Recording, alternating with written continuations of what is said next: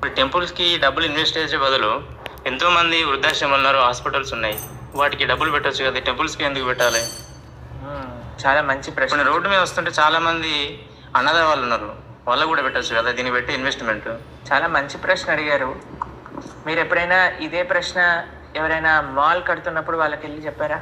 ఎందుకు ఇంత మాల్ కడుతున్నారండి, మీరు ఒక 3,000 కోట్లు 4,000 కోట్లు మీ బిజినెస్లో ఇన్వెస్ట్ చేయటం కంటే చక్కగా అందరికి పేదలకు పనిచేయచ్చు కదా అని మీరు ఎప్పుడైనా అన్నారా?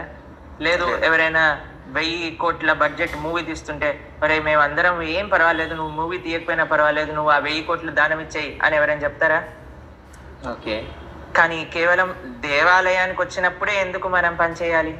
మిగతా ఎవ్వరు పంచినప్పుడు దేవాలయాన్ని దేవుడి దగ్గరికి ఎందుకు ఈ ప్రశ్న వస్తుంది? ఇప్పుడు హాస్పిటల్కి వెళ్తే మన రోగాలు, శరీరానికి ఉన్న రోగాలన్నీ హాస్పిటల్ తీసేస్తుంది, అవునా?